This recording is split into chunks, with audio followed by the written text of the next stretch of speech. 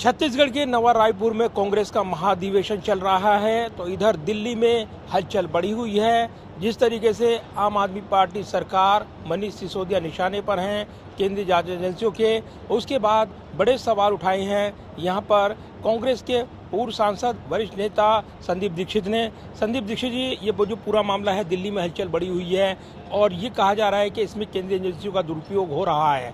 पूरे मामले को कैसे देख रहे हैं? देखिए, एक तो है इनके ऊपर शराब घोटाले पे जो केस चल रहे हैं, ठीक है, वो भ्रष्टाचार के चल रहे हैं, वो अलग है, उस पर मैं टिप्पणी नहीं करना चाहूँगा। मैं आपका ध्यान एक और बहुत गंभीर मामले पर लाऊंगा।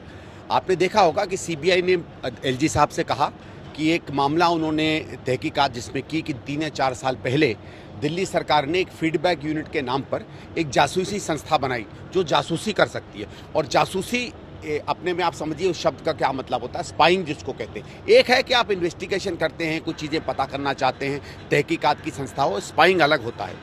और उस स्पाइंग संस्था के बारे में अब वो कहते हैं कि हमारे पास पुख्ता सबूत है और उसमें मनीष सिसोदिया व्यक्तिगत रूप से संलिप्त हैं और वो चाहते हैं कि उनके खिलाफ मुकदमा हो। और ये कहा गया है कि भ्रष्टाचार के आरोप में इस पर केस बना है। इसमें मेरी बहुत कठोर आपत्ति है। पहली चीज़, इसमें भ्रष्टाचार का आरोप नहीं बनता। भाई, अगर मैंने ऐसा काम किया है जो देश की प्रभुता अखंडता पर हमला करता है, जो भारत सरकार की एजेंसियों पर जासूसी करता है, तो वो भ्रष्टाचार ही नहीं है, केवल भ्रष्ट आचार है, लेकिन भ्रष्टाचार का मामला नहीं है। इस पे देशद्रोह का मामला चलना चाहिए।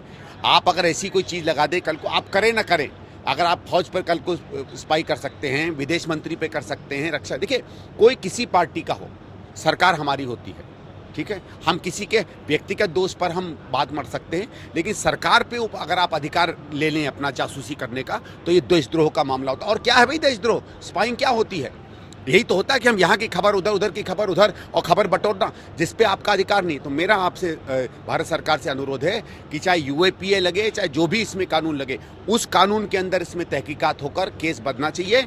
और पूरी की पूरी सरकार में चाहे अधिकारी हो, चाहे कैबिनेट हो, चाहे मुख्यमंत्री हो, चाहे सिसोदिया हो, जो भी इसमें लिप्त पाए जाएं, उन पर इस पे कठोर से कठोर कार्रवाई होनी चाहिए। आप भ्रष्टाचार के बदले इस पूरे मामले में देशद्रोह का मामला दर्ज हो, ये मांग कर रहे हैं? यही कह रहे हैं, उसी पे इंक्वायरी होनी चाहिए। भाई, मेरे हिसाब से इसमें भ्रष्टाचार का क्या मामला? आपने समझ लो करोड़, 2 करोड़, 4 करोड़ का भी सामान खरीदा और 2-4, 10 लाख आपने खा लिया, वो तो ऐसे भी प्रवृत्ति है आम आदमी की, उसमें नई बात क्या है? वो गंभीर मसला उतना नहीं है जितना देशद्रोह का है।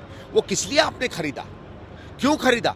जब आपके पास अधिकार नहीं है कि दिल्ली पुलिस के पास ना इंटरनल सिक्योरिटी की कोई जिम्मेवारी है, ना पुलिस की कोई जिम्मेवारी है। वो तो सब खुद ये लोग कहते हैं कि साहब हमारे पास पुलिस नहीं है, हमारे पास इन्वेस्टिगेशन नहीं, कहते हैं ना कि हमें कमज़ोर कर रखा है सरकार ने, हमें अधिकार नहीं दिए। तो वो अधिकार जब संविधान के अंदर आपके पास है ही नहीं, तो उस अधिकारों के अंदर आप कैसे जासूसी कर सकते हो? भाई, संविधान में कोई तरीके होते हैं ना।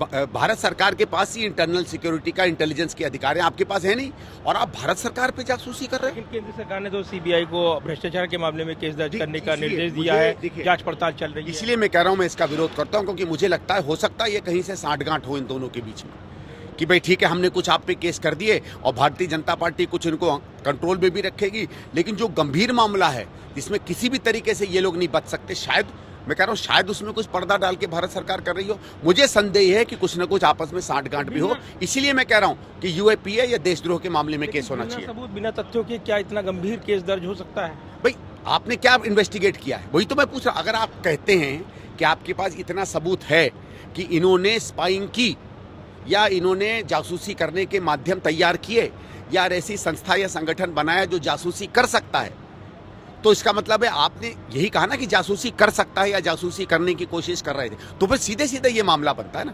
जो एविडेंस करप्शन के लिए आप यूज कर रहे हैं, वही एविडेंस आपको देशद्रोह के लिए इस्तेमाल करना चाहिए, या जरूरत हो तो और इन्वेस्टिगेट करिए, नहीं तो बिना उसके कोई केस नहीं बनता, मेरा जो व्यक्तिगत मानना है। और अगर ये बात सही है तो ये अत्यंत गंभीर मामला है। हिंदुस्तान के इतिहास में, आज़ाद हिंदुस्तान के इतिहास में पहली बार हो रहा है कि कोई राज्य सरकार कोई बड़ी संस्थाओं पे जासूसी करने की तैयारी करे। धन्यवाद बात करने के लिए। और जिस तरीके से पूरा मामला यहाँ पर आया है, हलचल बढ़ी हुई है, इस पर कांग्रेस के पूर्व सांसद और कांग्रेस नेता यहाँ पर संदीप दीक्षित बड़ी मांग कर रही हैं। इस पूरे मामले में केस बदला जाए, देशद्रोह का मुकदमा दर्ज हो, ये बड़ी मांग करते हुए नई बहस छेड़ रही हैं।